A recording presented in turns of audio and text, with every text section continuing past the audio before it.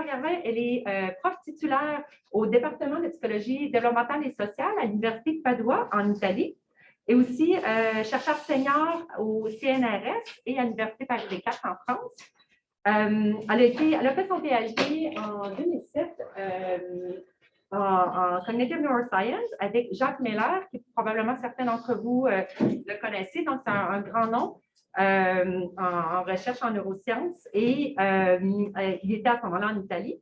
Elle a un training de linguiste, donc elle est très, très forte. Je suis toujours très intéressée et fascinée de l'écouter pour ses connaissances en linguistique. Et c'est de la linguistique développementale. Elle a ensuite fait un postdoc en Colombie-Britannique, donc elle est venue chez nous au Canada avec Janet Berker, que vous connaissez peut-être aussi, qui est à Vancouver. Et à partir de 2009, elle a commencé au CNRS en France, puis elle a déménagé à Padua en 2020. Donc, elle a plusieurs grants, c'est une chercheure très accomplie. On est bien chanceux de l'avoir avec nous aujourd'hui pour nous parler de ses travaux.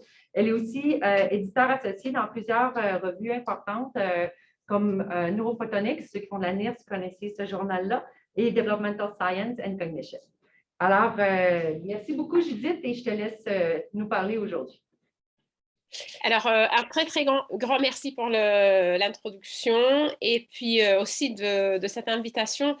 Vraiment dommage que je puisse pas être là en présentiel avec vous. J'espère peut-être un jour bientôt. Donc, alors, le format hybride est un peu compliqué, mais comme j'imagine que vous êtes quand même de background assez différents et différents aussi par rapport à ce que je présente moi, n'hésitez surtout pas à m'arrêter, à poser des questions, soit en ligne, dans le chat ou en présentiel, juste, je ne sais pas, commencer à parler, ou, enfin, je ne sais pas comment vous gérez ça.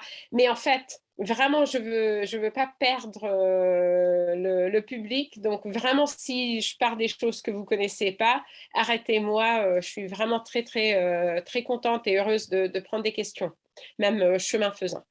Donc, du coup, par contre, j'ai prévu de parler en anglais, si j'espère que ça vous va, puisque les diapos, tout est en anglais. Donc, je commence à partager. Mais par contre, évidemment, je prends des questions en français aussi. Voilà, je partage. J'espère que vous voyez bien. Là, c'est bon? Oui, oui, on voit bien. OK, alors j'y vais. Super, j'y vais. I'm going to talk about some very basic mechanisms of speech perception, and in particular, how they might support the beginning of language acquisition at the beginning of life.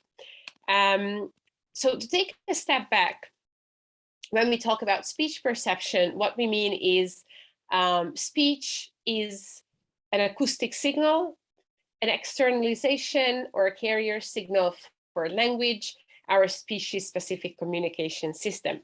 And so speech is one way in which we can externalize language, and speech perception is simply how the listener decodes and understands this acoustic signal and turns it into a linguistically meaningful message and understands this. In this sort of conception or way of looking at speech perception, one important property is that speech, as I said, is a physical acoustic signal. And like many physical acoustic signals, speech can be mathematically decomposed into two components. So essentially, this way of thinking about speech is that speech is a modulated carrier signal. The basic carrier signal comes from our articulators, and in particular, the vibration of the vocal folds. So for women, it's around 200 hertz. For males, it's 100. For children, 300, and so on and so forth. So we have this sort of basic oscillation, produced by the vibration of our vocal folds, and that's the carrier. So this is the physical support, which is then modulated in frequency and in amplitude to carry the linguistically relevant, meaningful signal. So if you see this as the carrier, this can be modulated in frequencies, so higher frequencies or lower frequencies, or this can be modulated in amplitude, right? So it's a much slower modulation, and that's the amplitude. And so Mathematically, there are sort of relatively easy ways in which the two can be teased apart. So the frequency modulation and the amplitude modulation. The frequency modulation is often talked about as the temporal fine structure. The amplitude modulation is often talked about as the speech envelope. So when I say the speech envelope, then what I mean is really this relatively slow modulation of the amplitude of the carrier signal. So this is important because it has been shown that the two, so the frequency and amplitude modulation components, the temporal fine structure and the envelope, contribute to how we understand speech in different ways. And in particular, a lot of previous research has focused on the speech envelope, so on the amplitude modulation. And it has been found that the speech envelope alone is sufficient for comprehension. So using synthesizers and analytical techniques, one can suppress or replace the fine structure, so the frequency modulation, and just maintain or preserve the envelope. And such a degraded signal is sufficient for adults to actually understand speech, at least in silence. So it looks like the envelope plays a really important role in carrying linguistic messages. And it turns out, so later work using brain imaging has shown that the brain actually entrains to the speech envelope. So what you can see here is a particularly sort of good or strong illustration of that. The red signal is the speech envelope, so just the signal you saw before. And the blue curve is an MEG recording, and it shows how closely and nicely it follows the speech envelope, obviously with a delay. So here the MEG signal is shifted forward in time, so it coincides with the speech signal. So our brain follows the speech envelope with a lag, but that's just a practical detail. So you see that the two correlate really nicely. And you can measure this entrainment or tracking of the speech envelope looking at least two properties. You could look at how much the amplitude of the two signals are similar. So you see here there is a peak in the envelope, there's a peak in the MEG signal, right? So this is how closely the amplitudes match. But you could also look at the phase. So the phase meaning where, if you imagine this as a quasi-oscillatory signal, then whether the oscillations are in phase, so whether the peaks and dips happen at roughly the same time. And both have been used in the literature. So both amplitude tracking and phase tracking of the envelope happen in adults in different situations.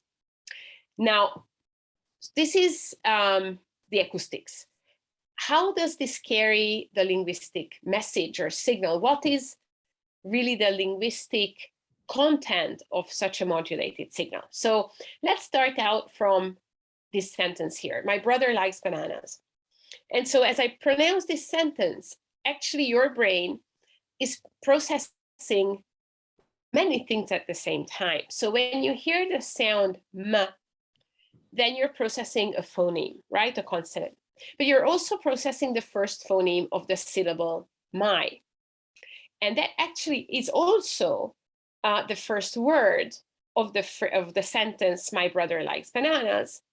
And it's also the first word of, or the beginning of a larger unit, the subject, in this case of this sentence. So as we are processing speech, we are not first processing the sounds, then the syllables, then the words, and only then the sentence, but rather all these units that are, as you can see here very clearly, embedded in one another are being processed at the same time. And each sound we're processing is part of several units all at the same time. So this is what linguists have formalized as the prosodic hierarchy. The details are not particularly relevant, and different theories of phonology or prosodic phonology created different systems. But essentially, there are two aspects that are important here. One is that there are different units which are exhaustively contained in one another. So you can see here, these are syllables. Some are weak, others are strong. In English, then they would create feet.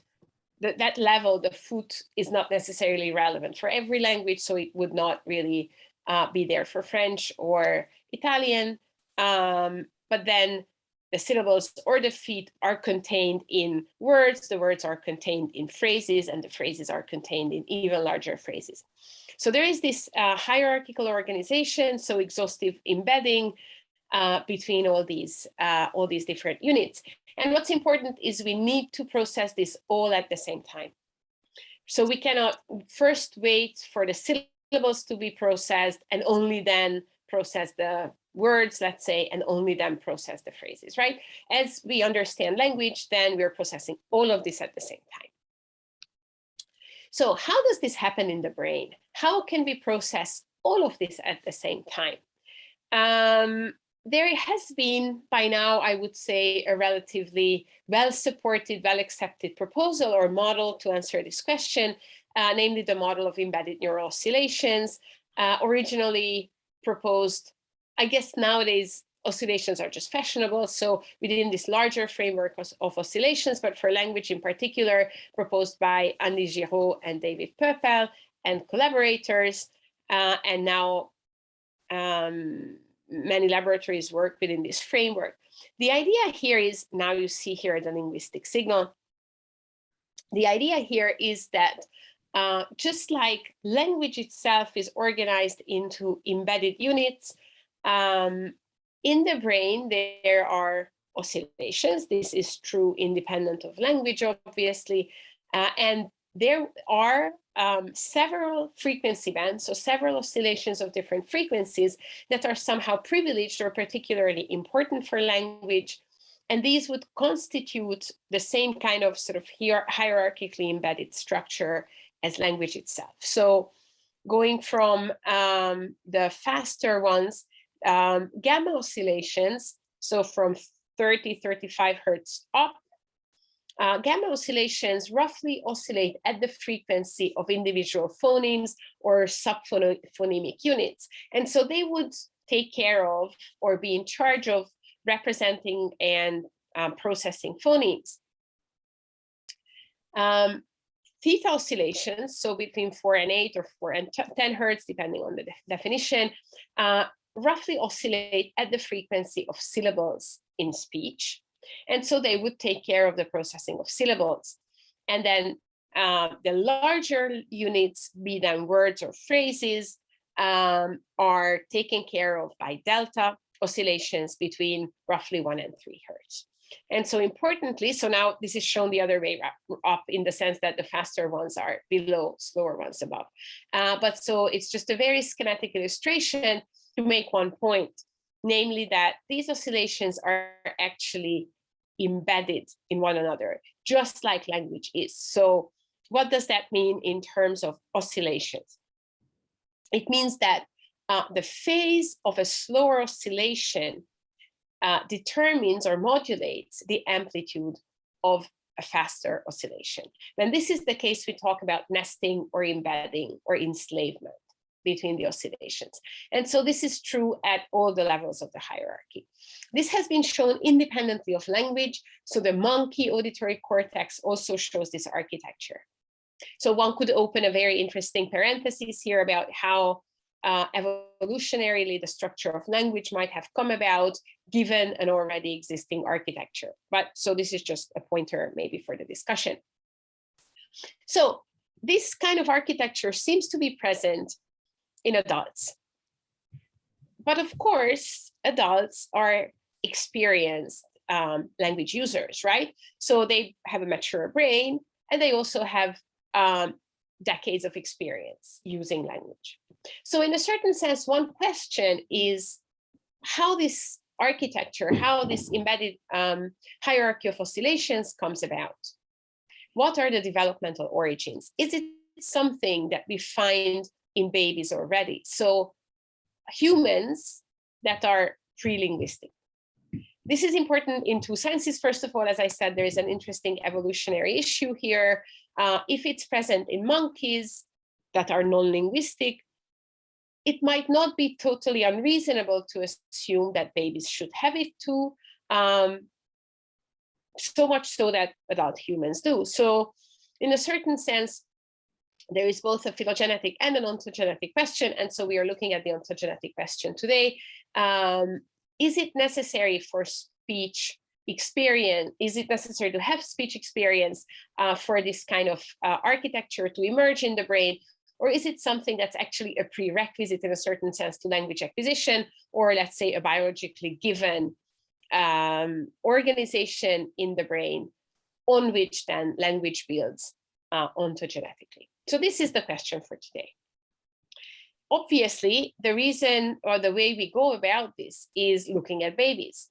Now, let's take a step back to understand whether babies have experience, and if they do, what kind of experience they have with language. Because of course, as I said, our question is to understand to what extent language experience plays a role in the emergence of these oscillations. So if we test babies, we are actually not testing a population that's completely devoid of language experience. Actually, hearing is operational from the 24th, 28th week of gestation. So fetuses actually already can hear.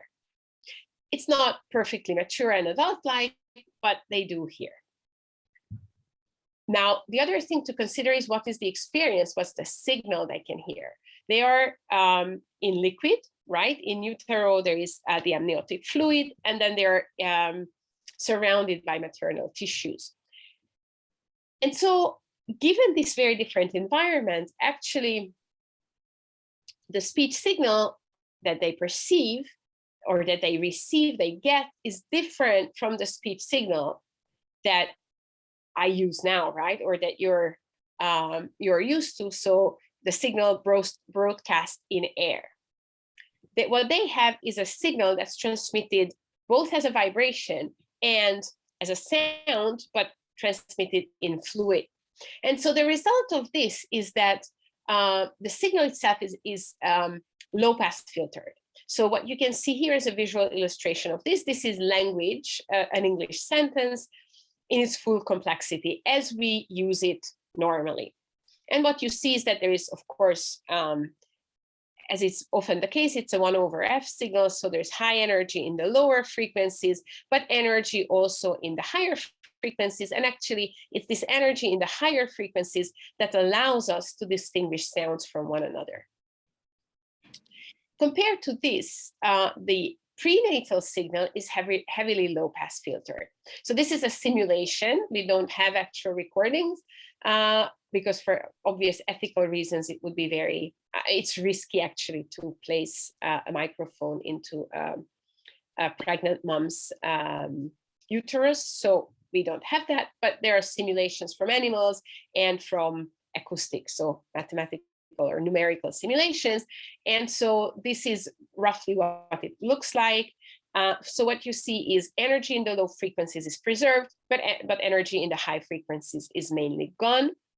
And the result of this is that the fundamental frequency of the voice is preserved and some of its modulation. And this is what we call prosody. So what is preserved is the rhythm and sort of the melody or the intonation of speech, but not the individual sounds. So the way you can imagine this is as if somebody spoke with a pillow in front of their mouth. The sound is somewhat muffled. So if this works, then I'm going to show you a simulation. You have to listen carefully because the volume is low, precisely because low pass filtering gets rid of some of the energy. So it's a very soft sound.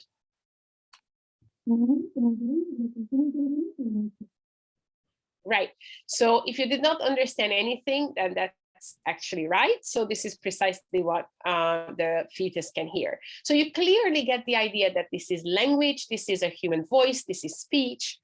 And you can sort of understand that it's a female voice. You get the idea, you get sort of the rhythm, the intonation, the musicality of it, but you don't get individual sounds. So this is what the fetus can hear. Now, a hypothesis that a current project I have is testing is that the sequence of first receiving a low-pass filtered prenatal signal and then receiving the full band postnatal signal actually impacts how these oscillations emerge during development. That is, the prenatal signal is mostly low frequencies. Prosody, so the larger components, words and phrases. And this prenatal signal would fine-tune the delta and theta oscillations, so the slower oscillations, to the rhythm of the native language. This happens prenatally already. After birth, the full band postnatal signal comes about and starts to fine-tune the highest frequency oscillation gamma to the native language. Now, what happens is that since these are already there, then the embedding sort of happens as a consequence of gamma coming online later. So this is just to sort of put the same thing in time. There is maybe some kind of original biologically given architecture. As a result of prenatal experience, the slow oscillations get fine-tuned or sort of synchronized with the native language rhythms. And then after birth, as a result of postnatal experience, the fastest oscillations also come online or get fine-tuned, and the hierarchy emerges as a consequence of this developmental sequence of events, or the type of developmental experience that babies have with language. So first prenatal, and so low pass filtered, and then postnatal, so full band. And so essentially, with two collaborators, Maria Clemencia Ortiz and Ramon Guevara, we have set out to test this hypothesis. This is just the beginning. There is more to the project than what I can empirically present today. Unfortunately, because of the pandemic, a lot of the empirical work was halted a year and a half ago. So, so the project is not ready, but we can then talk about the potential extensions in the question period. But we do have two series of results or sort of studies to present to you. And for these studies, we actually used a really sort of simple, if you wish, setup. Obviously, we are looking at oscillations. So what we need to do is look at or use EEG. These are babies. So MEG would have been a lot more complicated. We are just using EEG. And we recruited a relatively large cohort of newborn infants. When I say newborn, so this is an actual participant from the study. When I say newborn, I really mean babies at birth. They're at the hospital, so they are 1, 2, or 3 days old. The idea, of course, is to minimize postnatal language experience as much as possible. So we are taking newborns to as close an approximation as possible to whatever is the result of prenatal only experience. And then we tested these same babies at 6 months. So this is actually, again, a real participant, the same baby at birth and at 6 months. As you can see, there was quite a bit of dropout here, and we are currently trying to sort of increase the cohort, testing a few more babies here. And so what we did was essentially run the same thing at birth and at 6 months using a really, really simple EEG setup. So this is by no means high density or even anything, even remotely close to a large number of channels. We only have 10 channels plus the mastoid references.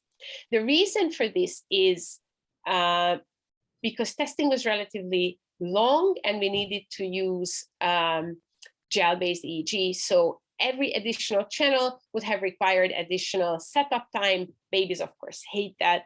And so in the interest of trying to maximize data acquisition and keeping families in the study. So of course, if a baby hates this at birth, it's very unlikely that the parents come back at 6 months. So in the interest of decreasing the dropout rate, we decided to keep the EEG setup simple, and we selected those 10 channels in which auditory and or language-related effects are most commonly observed in the literature in these ages.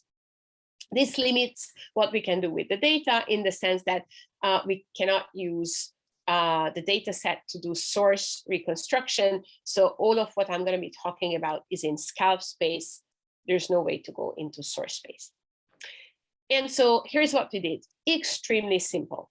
We presented sentences in different languages to the babies. These babies were tested in Paris, and so their native language is French. And so we repeatedly presented to them a sentence. So so for a single baby, the same sentence was repeated a large number of times, but across babies, the sentences were different, such that in the whole sample, we could get some generalizability, right? So we are not just measuring responses to some idiosyncratic sentence, but rather really properties that are relatively general to French. So French was the baby's native language. And we also selected two. Okay, so when I say a native language, for a newborn, what I mean by native language is obviously that these babies are not yet French speakers in any way. What I mean is the language that the mother spoke during pregnancy. And so we also selected two unfamiliar languages, Spanish and English. The reason for the choice is that from behavioral work by Jacques Meller's group, Thierry Nazy and Franck Ramu, back in the 90s, let's say, there is really a very nice body of literature showing how newborns are able to discriminate languages, even unknown languages, on the basis of their rhythm. So we know behaviorally that newborns could discriminate French from English. English is rhythmically very different from French. So at birth, we know that these two languages could be discriminated. But equally interestingly, we also know that they don't discriminate between languages that are similar in their rhythmic properties. Remember, rhythm is part of prosody. And so what they hear prenatally is the rhythm of the native language. But this rhythm, precisely because it's so filtered prenatally, is not sufficient to allow discrimination between rhythmically similar languages, such as French and Spanish. So behaviorally, these two are discriminated, but these two aren't. And of course, for each of the languages, we presented one sentence repeated a large number of times, so the exact same paradigm for the three languages.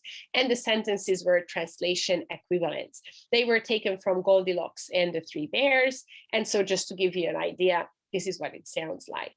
So this is the French original. Les ours habitaient tous ensemble dans une maison. Spanish. Los osos vivían juntos en una casa. Bears lived all together in a beautiful house. And so the sentences across the languages were, of course, equated for a number of properties: length, pitch excursions, mean pitch, intensity, etc., etc. So we try to keep them acoustically as similar as possible. We also actually measured silence, or resting state, if you wish, both before and after the stimulation. The idea is the reason why we were measuring before is that the emergence of this nice embedded hierarchy of oscillations is triggered by linguistic stimulation in adults, or it's strengthened to a large extent. So we were predicting and hoping to find increase in these specific frequency bands upon stimulation as compared to silence. We also added a silence at the end. And the reason for that was that in the literature with very young babies, it was found that the brain does not go back to baseline immediately after linguistic stimulation. And so in a certain sense, this could be perceived or thought about as some kind of period of learning in the most general sense possible, or sort of fine-tuning to the stimuli. So something is still going on in the auditory areas, even during silence, once babies are exposed to speech So this could be thought of in some very basic way as some perceptual learning. So we wanted to check whether that was the case here. Okay, so this is what the setup was, and we decided to look at two properties using the same signal, so the same measurements. The first was envelope tracking. So if you think back to what I said at the beginning, just how closely the infant brain tracks the speech envelope, right? So the amplitude modulation. That is interesting for in and of itself, right? Just to understand the developmental origins of envelope tracking, because as we said, we know in adults it's extremely important for language understanding. But also it contributes to a debate in the adult literature on the functional role of envelope tracking. And so in the adult literature, there is a debate on whether envelope tracking is equivalent to or necessary for comprehension. So is it the case that adults understand language only when, and if and only if they track it? Or are they able to track speech signals, for example, in a foreign language that they don't actually understand? And obviously, babies are a good case here because, at least these very young babies, newborns in particular, because as much as they may be familiar with the prosody of a language prenatally, they definitely don't have a vocabulary, a grammar, so they definitely do not understand language, right? They can track the speech signal at an acoustic level, but they cannot decode the meaning and the grammar encoded in this signal. So if babies show envelope tracking, then envelope tracking is more of a basic fundamental auditory process. If babies fail to do that, then maybe that's actually because they cannot decode the linguistic signal. And then, of course, we looked at the hierarchy of oscillations itself. So now I'm going to first present envelope tracking, and then I'll go on to the oscillations. So this is just an example of a single participant, a single newborn, and a single 6-month-old as an example to illustrate for the 3 languages in one specific channel.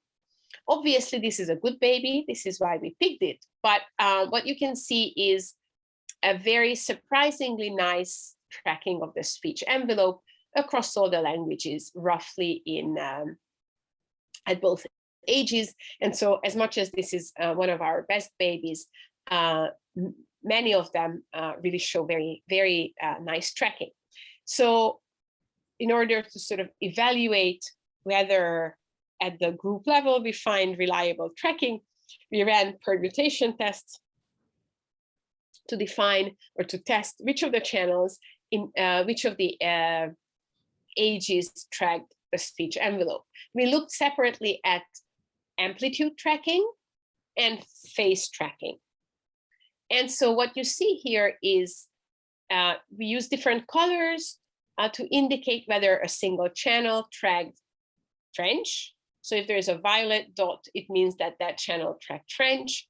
If there's a green dot, well, it's a circle really as they are superimposed, but if there is a green one, then that channel also tracked Spanish. And if there's an orange one, then that channel tracked English. And so what we can see is both looking at amplitude and phase, newborns track all 3 languages, both in terms of their amplitude and their phase. So there is amplitude tracking, envelope tracking across the board at birth for all of the languages, independently of what their native language is. So what is the language that they perceive prenatally? This was not the case at 6 months. So again, the color code is the same. And what you can see is phase tracking remains universal. Despite 6 months of experience with one language, they actually track the phase of all 3 languages. This is not exactly what we see for amplitude, though. So essentially, we only find reliable amplitude tracking for the, unfamiliar and rhythmically different language, English. There is no amplitude tracking for French, no amplitude tracking for Spanish. And once we talk about oscillations, I will tell you why this may be the case. So essentially, just to sort of sum this up, what we find is newborns are already able to track the envelope of languages independent of their prenatal experience. So that suggests that envelope tracking, is somehow a very basic auditory property. It is not related to understanding the linguistic signal as a linguistic signal. It relates to speech as an acoustic auditory signal. This is true for amplitude and phase. But then developmentally, once there is experience, postnatal experience with language, there is a dissociation. So as if phase tracking and amplitude tracking were different processes. And so phase tracking may be more universal, maybe more basic, and we might find this. So that's a hypothesis we were hoping to test, but then could not yet do it because of COVID. Phase tracking may be really basic and independent of experience, such that it would really happen for any rhythmic or quasi-rhythmic auditory signal.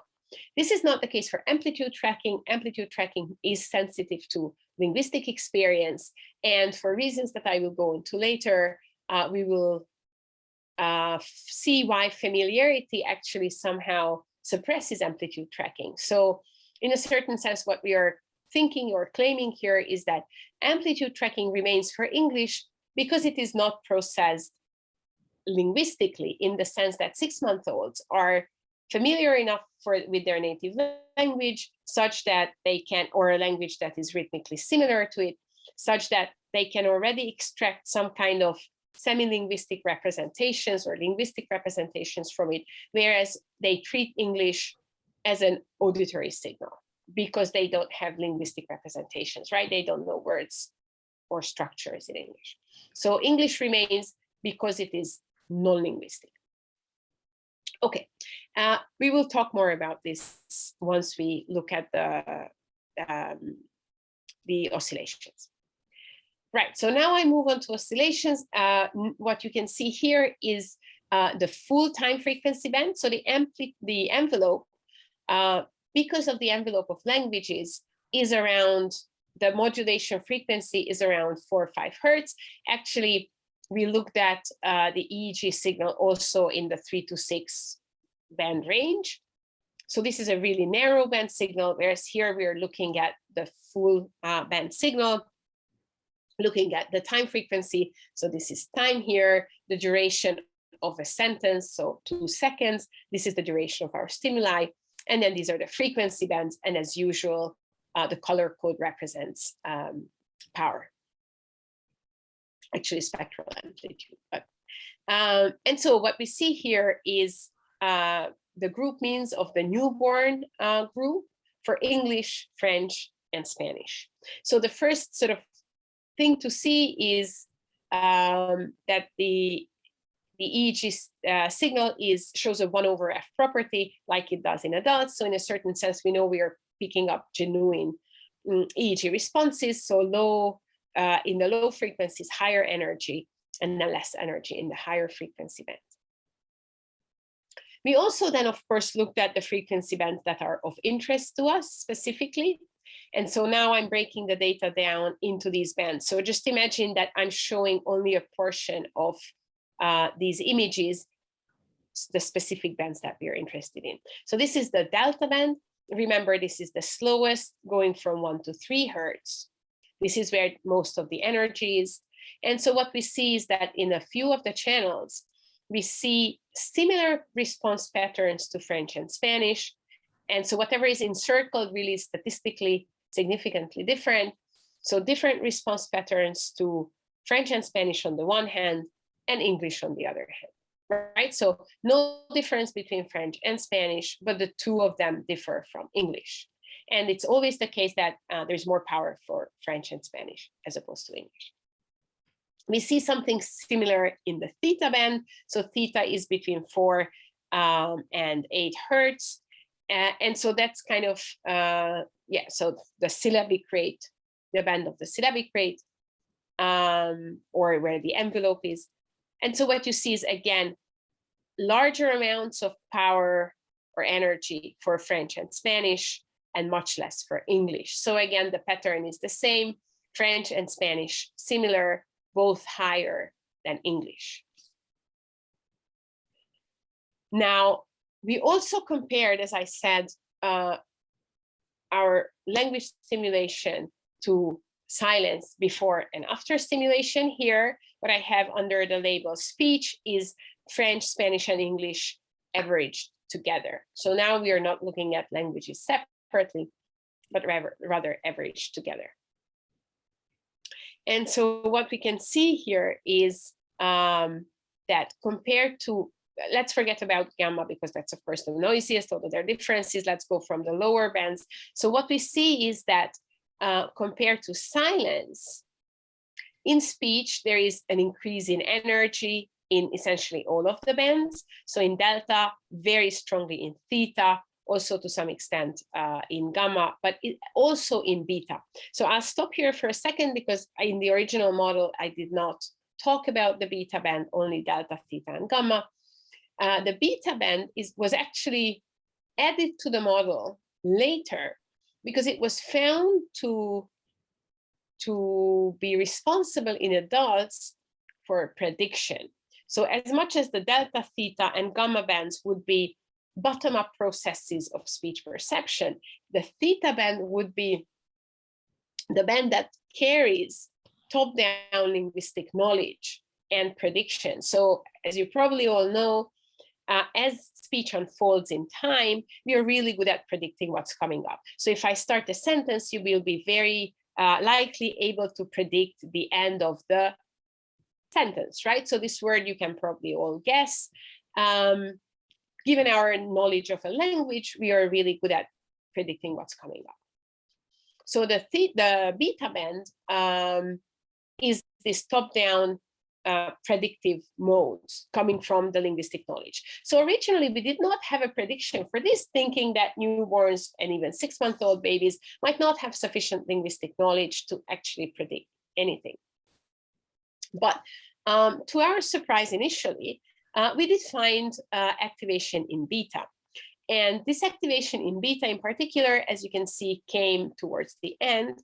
And so currently, but this is still something we're looking into, our hypothesis is that not only does speech in general, as we predicted, sort of activate the hierarchy and increase power in the bottom-up, so signal-related delta, theta, and gamma bands, but also in top-down beta. And the reason for that could be, speculatively for now, and indeed, as you can see, it comes at the end, so it's compatible with the idea that this is prediction, even in these young babies.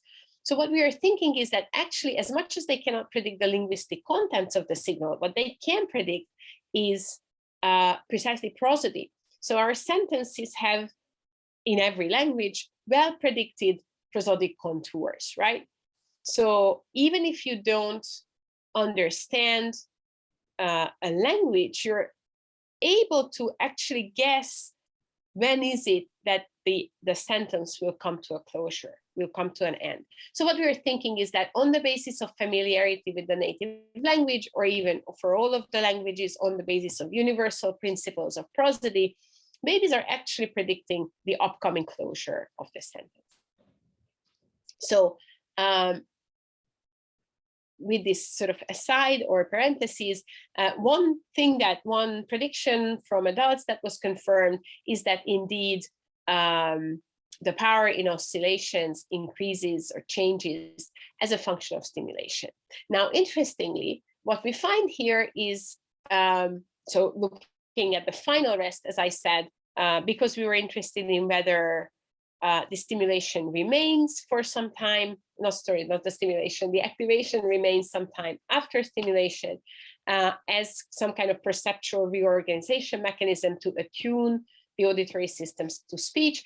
What we find is that it does, right? So if you compare now, say this is the strongest in the theta band, if you compare responses here and here, you do see that so this is silence and this is silence. So in terms of the signal itself, there's really nothing to respond to. And indeed here, there's very little power. Now, in the final resting period, although there's less power than during stimulation, there's still more power than in the initial resting period.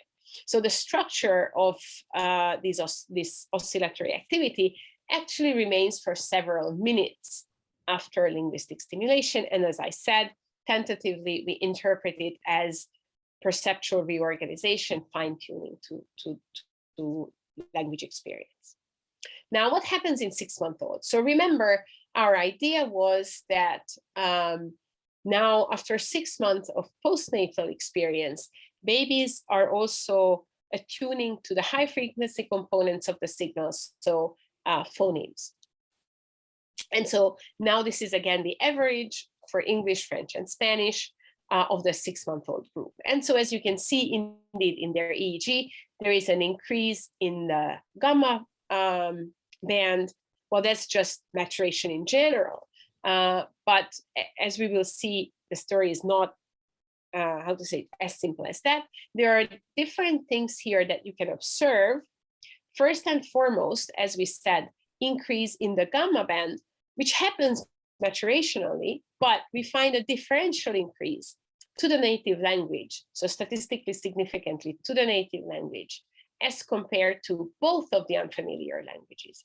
So while at birth, babies did not, the responses did not discriminate between French and Spanish. Remember, power was high for both French and Spanish, both in the delta and the theta band, as we predicted behaviorally, right? So this, at birth, we said they could not discriminate behaviorally, and this is what we found in the EEG.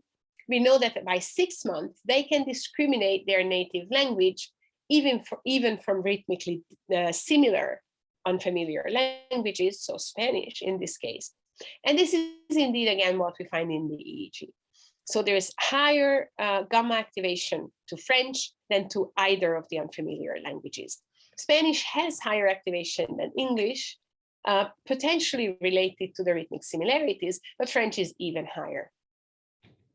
So we do find discrimination within the same rhythmic class or rhythmic category, an advantage for the native language. So far so good. This is exactly what we predicted. But we also found something that we did not at all predict, and this will relate back to the envelope tracking. What we find here is theta suppression. So if you can kind of read the slides, you'll see that around between 4 and 8 hertz, so in the theta band, instead of the nice red line we have, so lots of power, what we actually have is suppression. So a reduction in power. And the reason, the way we interpret this is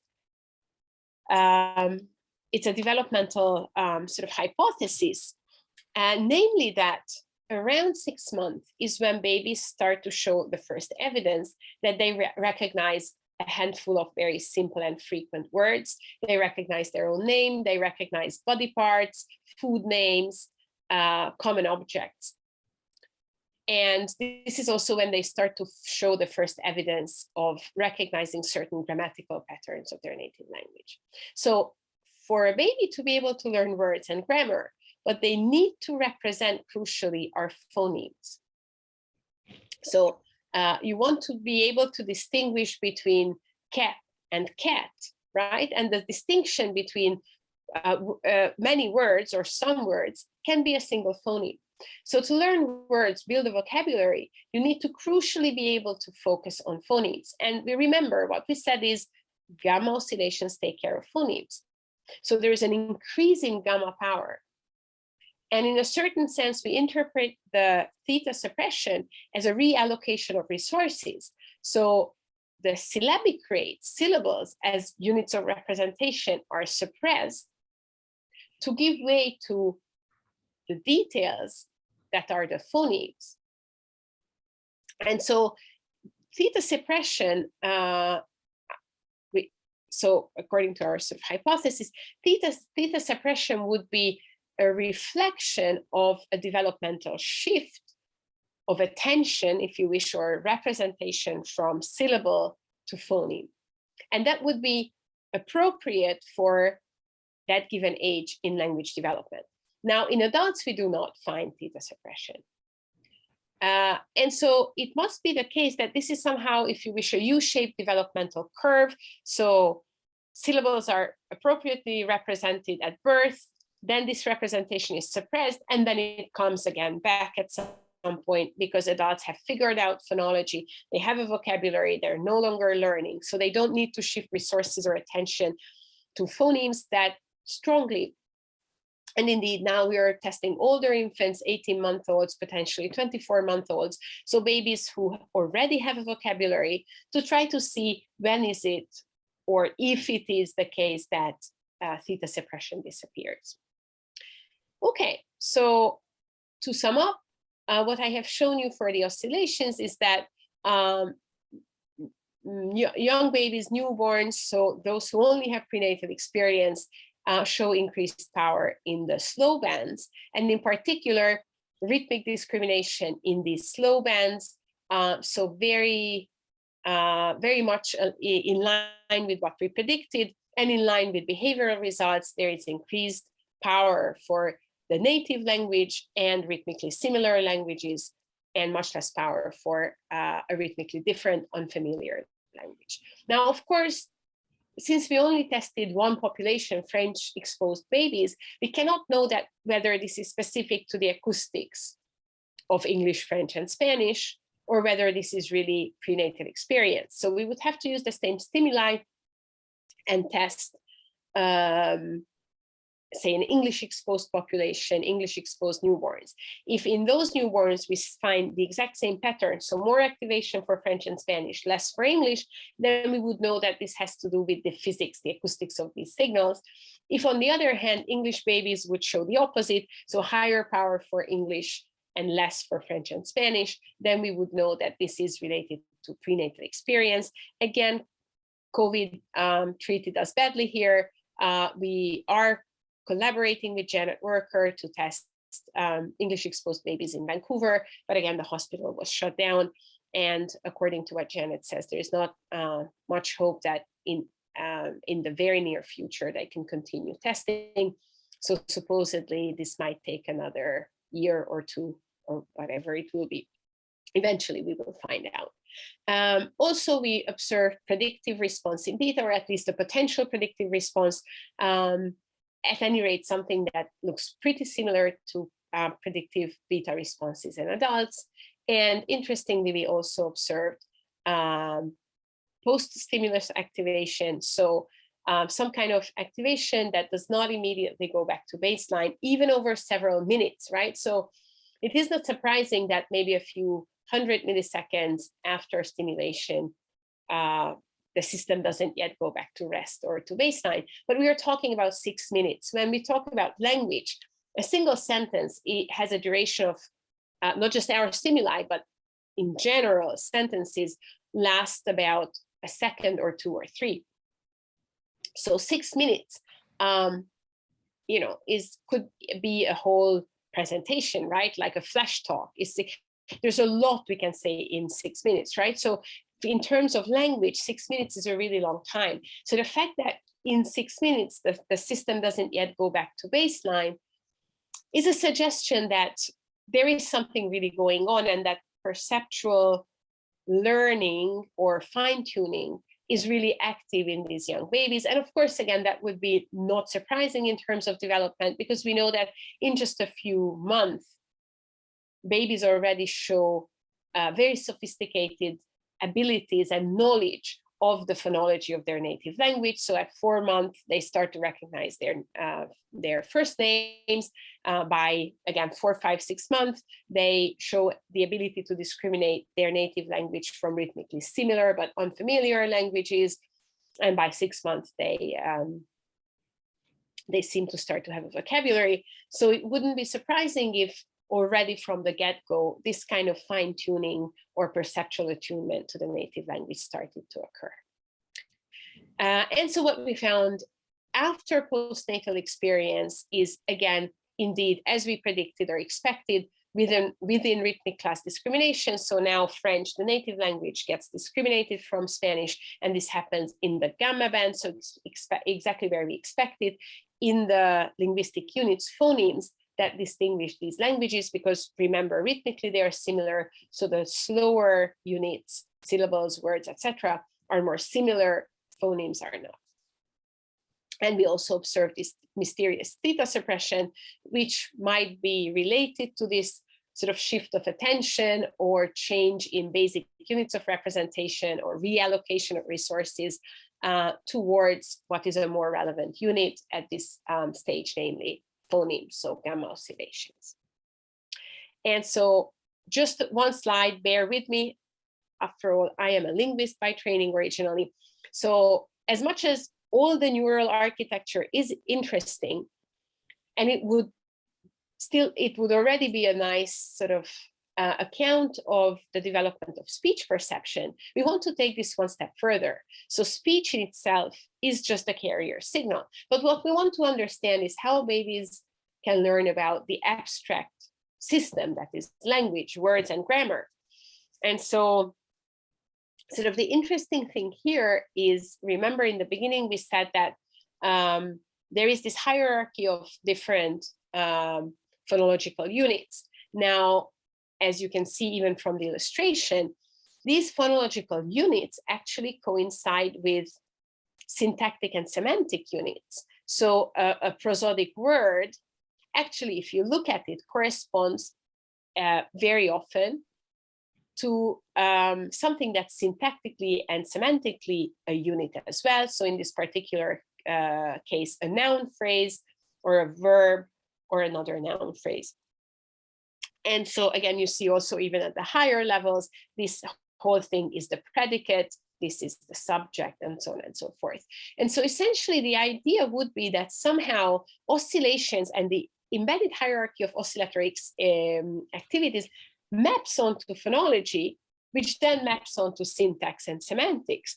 And so having sort of these oscillations, and sort of in particular their phase, allows you to chunk the input into units, not only that you can track auditorily, but also that would be the right level or the right units of analysis to break into grammar, to break into vocabulary.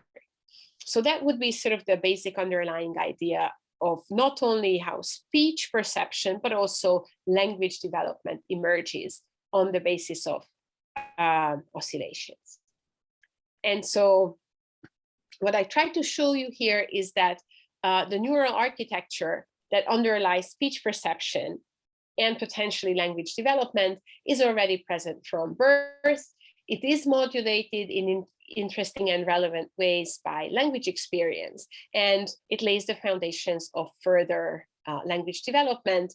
And this actually in the in the behavioral literature is something that's known under the name Prosodic bootstrapping hypothesis. So the idea that babies learn words and grammar on the basis of the acoustic signal. So the acoustic signal, right? So nobody teaches grammar to babies. And so they need to break into this abstract rule system on the basis of the physical input, this speech signal that they receive. And so the physical shape, the acoustic shape of speech and language has to be evolutionarily potentially organized in a way that helps learnability or supports learning. And in particular, prosody, so this embedded hierarchical structure, would easily map onto structure at the level of grammar and meaning. And with this, I would like to thank you very much for your attention.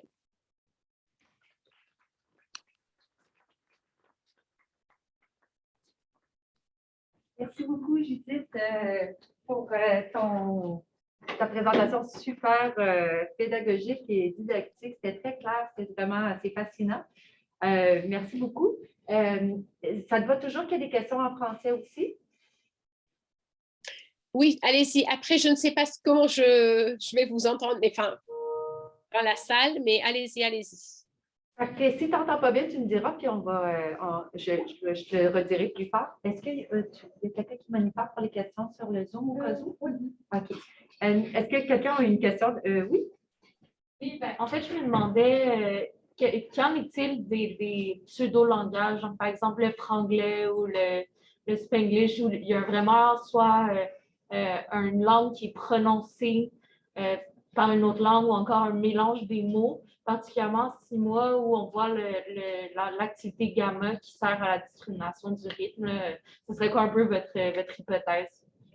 Tout à fait. C'est excellent, c'est très, très intéressant. Donc, du coup, l'idée, ce sera effectivement ça. Donc, ça décalque. Donc, c'est-à-dire que selon la langue maternelle du locuteur, on peut imposer une structure rythmique ou prosodique autre sur une langue que celle d'origine. Donc, c'est-à-dire que, par exemple, pour l'anglais, il y a énormément de variantes et de dialectes. Par exemple, disons que la variante parlée en Inde a une prosodie assez différente de la variante parlée aux États-Unis. Et donc, du coup, justement, on peut imposer des prosodies différentes. Et puis, donc, du coup, ça donne naissance quelque part à soit à un accent étranger, soit à des dialectes, des variantes linguistiques qu'on reconnaît comme étant des variantes linguistiquement différentes. Ça n'empêche pas la compréhension, mais ça rend la compréhension quand même plus difficile, plus laborieuse. Donc, effectivement, on devrait pouvoir trouver dans le cerveau, si vous voulez, d'un participant un rythme légèrement potentiellement décalé par rapport au signal, si le signal n'est pas sa langue maternelle. Donc, effectivement, entre langues rythmiquement différentes, donc par exemple, on va dire les locuteurs hispanophones ont énormément de difficultés à un certain niveau, évidemment, de connaissances avec le décodage de l'anglais. Donc, ils ne vont pas pouvoir reconnaître des mots qu'ils connaissent. Donc, imaginons il s'agit de quelqu'un qui n'a pas encore un niveau extrêmement avancé, mais qui a déjà un certain vocabulaire, une certaine connaissance de la grammaire de l'anglais. Donc, du coup, si le message est écrit, la personne serait en mesure, serait capable de reconnaître et comprendre le message, mais quand c'est parlé, justement parce que la rythmicité de l'espagnol et la rythmicité de l'anglais sont extrêmement différentes, il aura plus de mal à comprendre, à reconnaître des choses, malgré le fait qu'ils connaissent ces mots et ces structures. Donc, effectivement, la rythmicité joue un rôle très, très important dans le décodage chez l'enfant et chez l'adulte. Et en faisant des mélanges comme ça, on peut en fait perturber, évidemment plus ou moins, pas complètement, la compréhension. Et puis, peut-être juste pour rajouter, est-ce que vous pensez que la suppression θ serait faite au même niveau, étant donné que peu importe la différence de rythme, on voyait dans les 3 langues une suppression? Est-ce que vous pensez que ça pourrait être un peu différent? Donc, si j'ai bien compris, tu dis le Theta Suppression, si en fait il y a des différences statistiques entre langues. Alors, ça, oui. Donc, tout à fait. On n'a pas encore finalisé, donc comme je vous ai dit, là pour les 6 mois, on essaye encore de recruter puisque l'échantillon est quand même beaucoup plus réduit. Donc, on n'a pas les résultats définitifs, mais ce qu'on observe jusqu'ici, donc avec les 24 bébés qu'on a, c'est que en fait, la suppression est moindre pour l'anglais que pour le français et l'espagnol. Et donc, du coup, quelque part, ça fait sens, puisque justement, pour l'anglais qui est une langue inconnue, ils n'ont pas cette capacité et ce besoin de se focaliser sur les phonèmes, puisque ce n'est pas une langue qu'ils connaissent ou qu'ils vont pouvoir reconnaître.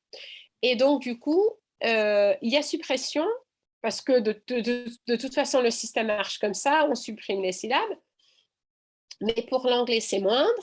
Et donc, du coup, là, j'ai oublié de dire ça. Ça explique en fait quelque part pourquoi en anglais, on retrouve le tracking de l'enveloppe en amplitude. Donc, vous vous rappelez qu'à 6 mois, il y a le suivi de l'enveloppe uniquement, en amplitude, l'amplitude de l'enveloppe uniquement en anglais et pas en français, et très, très peu en espagnol. Et donc, du coup, justement, parce qu'il y a... et donc, l'enveloppe, c'est 3 Hz, donc c'est en θ. Et donc, l'idée, c'est exactement ça, c'est-à-dire qu'en anglais, cette suppression est moindre, donc on préserve quand même un peu le suivi de l'enveloppe, parce que cette langue-là est traitée comme un signal auditif, acoustique quelconque, et pas une langue qu'on peut décoder linguistiquement. Donc, du coup, c'est une très, très bonne question. Encore une fois, on n'a pas l'échantillon définitif. Donc, pour l'instant, ça va dans cette direction-là. J'espère que ça reste. Et donc, du coup, peut-être dans quelques mois, on aura une réponse définitive empirique. Merci. Merci. Oui. Moi, j'avais une question. Je me demandais si, j'imagine peut-être pas dans l'échantillon que vous avez présentement, mais un autre échantillon que vous auriez déjà eu, des enfants, en fait, qui auraient peut-être eu, qui auraient connu peut-être 2 types de langues. Parce que souvent, si on parle, OK, un enfant aurait connu juste le français, mais par exemple, aurait pu entendre, je ne sais pas, l'arabe ou whatever. Tout à fait. Et donc, du coup, justement, donc là, dans l'échantillon, c'est vraiment que des monolingues francophones. Il n'y en a pas beaucoup à Paris, mais on en a trouvé. Et donc, du coup, en fait, on a mis un peu de côté les monolingues, dans le sens où, en fait, on les a testés, mais ils ne sont pas inclus dans cet échantillon-là. On espère en pouvoir tester suffisamment et surtout, donc suffisamment pour pouvoir après les analyser séparément comme un autre échantillon, une autre population. Évidemment, donc du coup, ce qui nous intéresse, c'est le cas que vous mentionnez, donc des bilingues de langues rythmiquement différentes. Parce que bon, un bilingue entre le français et l'espagnol, c'est un peu moins intéressant. Mais donc, par contre, effectivement, un bilingue anglais-français, comme vous en avez beaucoup, vous, ça peut être très, très intéressant. À Paris, du coup, il n'y a pas de bilinguisme systématique, donc il y a énormément de bilingues, mais ça a des langues mélangées. Du coup, on met plus de temps à recruter un échantillon un peu plus homogène. Mais encore là aussi, on a été arrêté par le Covid, etc. Mais un jour, on espère dans quelques mois, une année, etc., j'aurai aussi des résultats de bilingue. Donc, ça fait partie du projet, ce n'est pas encore complété. C'est vrai que c'est vraiment intéressant pour nous ici, il y a beaucoup de bilinguisme anglais-français. En fait, vos 2 questions sont super pertinentes pour chez nous parce qu'il y a aussi beaucoup de franglais qui est utilisé. Donc, ça va être intéressant de voir tes résultats avec les bilingues. Là. Tout à fait. Mais c'est également vrai que la phonologie du français québécois est quand même un peu différente du français de France, enfin de Paris en tout cas. Donc du coup là, je pense qu'il faudra aussi faire des analyses prosodiques phonologiques pour mieux comprendre. Non mais tout à fait. Donc si vous avez envie de collaborer, vous avez des nouveau-nés, je suis preneuse. Enfin, je pense que ce sera peut-être pas trop compliqué étant donné les stimuli et tout ça de tester quelques bébés. Ça peut être une... Oui, on doit reprendre le testing des nouveau-nés, là, justement. Alors, on pourra en parler, Judith, ça pourrait être... Tout à fait, non, je sais, juste pour vous dire. Enfin, là, vraiment, là, vous avez une population qui est tout à fait pertinente pour cette question. Il y a d'autres questions dans la salle ou sur le Zoom? Peut-être j'en profiter pour en poser une. Une première question, juste plus méthodologique. Les enfants à 6 mois, est-ce qu'ils dormaient tous pendant les enregistrements? Parce que j'imagine que les nouveau-nés, oui, là, mais... Ouais, non. Donc ça, effectivement, ça c'est une différence. Et donc, non, les nouveau-nés dormaient et les 6 mois, non. Aucun. Donc vraiment ça, ils sont testés au labo, assis sur les genoux des parents, ils regardent il y a un petit film qu'on met, etc. Donc ça, oui. Donc effectivement, pour le EEG, ça c'est un facteur. Après, on ne regarde pas alpha, qui est quand même, disons, la bande de fréquence qui est la plus impactée par l'état de sommeil, enfin de réveil. Et donc, de toute façon, ce sera un effet qui est global pour les 3 langues. Donc, dès qu'on trouve des différences entre langues, là, ce n'est pas... Donc, du coup, globalement, si on trouve des différences entre les nouveau-nés et les 6 mois, là, forcément, je pense que l'attention, l'état de sommeil, tout ça joue. Et c'est pour ça aussi qu'en fait, on ne les compare pas statistiquement jamais. Mais si on trouve dans une population, à un âge donné, on trouve une différence entre, je ne sais pas, l'espagnol, le français, etc., là, forcément, ça ne joue plus. Donc, du coup, c'est pour ça aussi que statistiquement, en fait, on ne fait jamais de comparaison directe. C'est juste qualitatif, mais pas quantitatif. Ok, je vois. Ouais. J'avais une autre question. Est-ce que si quelqu'un a une question, levez la main, parce que je peux en poser beaucoup, là, mais je me demandais, au tout début, quand tu parlais justement des participants et tout ça, puis l'idée de recruter le plus tôt possible pour éviter au maximum l'expérience linguistique chez le nouveau-né, donc de 1 à 3 jours. Des fois, on se fait dire, ah, mais là, il y a quelques jours de vie, donc est-ce qu'on peut les comparer, etc. Mais je me demandais, quel est, tu penses, l'impact dans une tâche comme la tienne, l'impact d'avoir 3 jours versus 1 jour? Est-ce que vous allez être capable aussi de regarder un peu l'impact de vraiment très, très court? Est-ce que ça peut avoir un impact ou non? Je demande parce qu'on se le fait tout le temps dire par des reviewers, puis on n'a pas toujours l'échantillon pour le regarder. Oui, donc là, on a 47 bébés, donc on pourrait regarder l'impact de l'âge. Alors, il y a quand même le fait que il n'y a pas énormément forcément de visites. Donc, il y a quand même beaucoup de mamans. Donc, à Paris où on a testé, les mamans sont dans des chambres simples. Donc, il y a la maman et le bébé. Donc, souvent, évidemment, il y a les soins. Donc, il y a les infirmières qui rentrent, etc. Mais ça reste des conversations assez limitées et de courte durée. Il y a l'autre parent qui est potentiellement présent.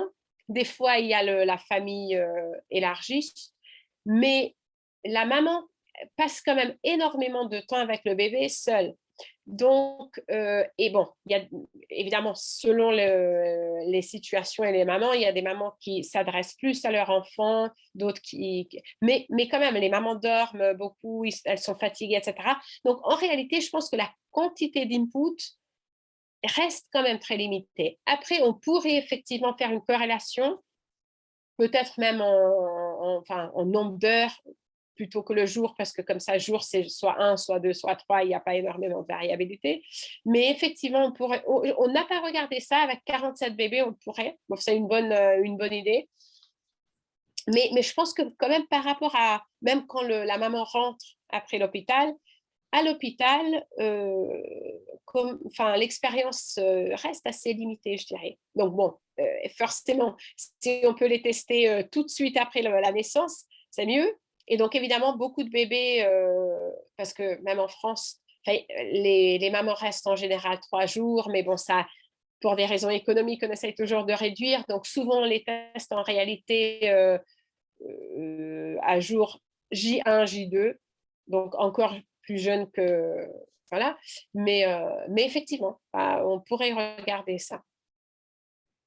Merci. Je vais peut-être poser une dernière question. Tu sais que ton sujet m'intéresse vraiment énormément, donc j'en profite, mais j'hésite, je regarde parce que j'en ai plein.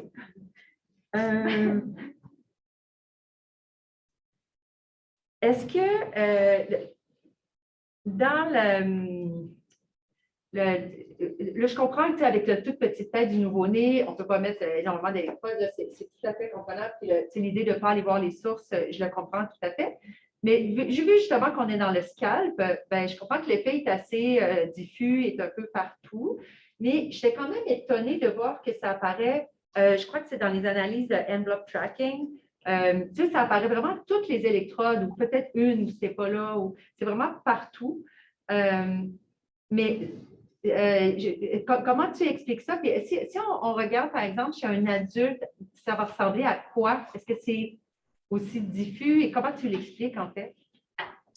Oui, donc disons qu'en fait, on a ciblé les électrodes qui typiquement montrent un effet, une réponse à la stimulation linguistique et auditive. Donc, disons que quelque part, on s'attend à ce qu'il y ait un effet sur beaucoup des canaux enfin, des électrodes. Donc, quelque part, enfin, c'est en fait, vous voyez peut-être pas sur le schéma, mais c'est une petite zone. En réalité, on couvre ça. C'est pas énorme. Et donc, du coup, en fait, si on a les topoplots typiques, tu vois un peu une banane ou un truc comme ça en frontal temporal, temporofrontal. Et puis après, on ne sait pas ce qui se passe sur le reste. Donc, disons que si on regarde juste comment dire, la surface qu'on couvre, c'est vraiment pas beaucoup. Après, ce serait bien de pouvoir dire non, effectivement, le reste, donc en occipital ou en pariétal ou ailleurs, il n'y a effectivement pas l'effet. On ne peut pas dire ça, mais je pense qu'en soi, même si c'est sur tous les canaux, on ne part que de 10 canaux au total. Et donc, souvent, justement, ce sont vraiment ces canaux-là, et ils ont été choisis exprès pour ça, qui montrent les effets dans d'autres manips très similaires. Donc, c'est-à-dire des systèmes EEG similaires, des nouveau-nés, etc. Donc, il y a 2-3 groupes qui font de l'auditif chez le nouveau-né systématiquement. Et donc, on a regardé un peu leur topologie. Et donc, on a pris les canaux qui montraient systématiquement, dans pratiquement toutes les manips, une activation. Et donc, du coup, on s'attend à ce que ça soit ça, comme ça. Tu as raison, ça aurait été mieux de pouvoir dire, mais c'est spécifique, et donc en occipital, en pariétal, on n'a pas ça. On ne peut pas. Donc déjà, en fait, tout ce qui est occipital et tout, comme les nouveau-nés sont allongés, on n'a pas accès. Et donc, du coup, ça rajoute aussi énormément de temps de préparation. Donc, pour toutes ces raisons-là, on n'a pas pu. Mais au niveau de retrouver ça sur les 10 électrodes, ça en soi, je trouve acceptable, disons. Oui. Juste qu'il nous manque l'autre partie pour dire, non, c'est vraiment spécifique, c'est localisé là et pas ailleurs. Ça, on ne peut pas. OK, parfait. Donc, si on faisait une couverture, par exemple, chez des enfants plus vieux, si ça a été fait, une couverture plus large chez des adultes, c'est quand même relativement, ce serait c'est la bande où tu montres. Je n'avais pas observé les électrodes. Ouais, donc disons que chez l'adulte, évidemment, on peut faire énormément de choses. Et donc, surtout les travaux au départ d'Anne-Lise Giraud, donc 2005, 2007, etc., ce qu'elle avait fait à plusieurs reprises, c'est de co-enregistrer l'EEG ou AMEG avec de l'IRM. Pour localiser effectivement ces effets et pour vraiment pouvoir dire que c'est dans le cortex auditif. Et donc, elle a pu faire ça chez l'adulte. On n'a pas la possibilité de mettre des nouveau-nés ou des bébés de 6 mois dans un IRM. Donc, on ne peut pas faire ça. Avec la NIRS, on pourrait, mais c'est quand même beaucoup moins précis. Et puis, en fait, elle faisait en séquentiel puisque justement, elle a besoin d'occuper un peu le même espace avec les deux techniques. Donc, du coup, c'était en séquentiel, pas en co-enregistrement simultané. Et donc, là aussi, avec les nouveau-nés, on fait déjà 22 minutes, 24 minutes. Voilà, donc on ne pourrait pas faire plus. Mais donc, du coup, juste pour te dire, donc, au niveau de la localisation, donc, chez l'adulte, on sait vraiment pertinemment que ça vient du cortex auditif. Parfait. Et merci, je vois qu'il y a une question aussi dans le chat. C'est une question à toi, Cassandra? Peut-être que tu ne la vois pas, Judith, et je vais te la lire, d'accord? Non, je ne vois pas. OK, j'aurais une petite question. Nous avons parlé des différences entre le français québécois et le français de France. Est-ce qu'on observe une différence dans l'activation corticale chez les jeunes bébés entre les accents anglais canadiens versus anglais londonien versus anglais australien, par exemple? Un peu comme on observe pour des langues différentes. Merci alors. Donc, oui, merci pour la question. Pour l'anglais, je ne sais pas. Je pense pas que ça a été fait. Mais pour le français, en fait, on a fait, c'était en NIRS, du coup, c'est pas les oscillations, c'est juste c'est les activations hémodynamiques, on va dire. Mais donc, effectivement, on a mené une étude il y a déjà un certain temps sur la reconnaissance de la variante native, donc c'était des bébés parisiens, à qui on avait présenté du français québécois et du français parisien. À 3 mois, on n'a pas trouvé de différence ou de discrimination. À 5 mois, donc justement cet âge-là où les bébés commencent à reconnaître la langue maternelle par rapport à des langues rythmiquement similaires, donc français et espagnol par exemple. Donc ça c'est entre 4 et 6 mois. Donc effectivement, là, à 5 mois, on a trouvé que les petits Parisiens distinguaient déjà le français québécois et le français parisien. Ah, c'est super intéressant. Puis, même si vous ne l'avez pas testé, est-ce que par rapport à l'anglais, est-ce que tu t'attendrais à la même chose? Il y a certaines spécificités. Bien sûr, absolument. Non, Ouais. non, je pense que oui, ce sera la même chose. Ouais. Super. Mais merci beaucoup. Est-ce que c'est l'ultime question?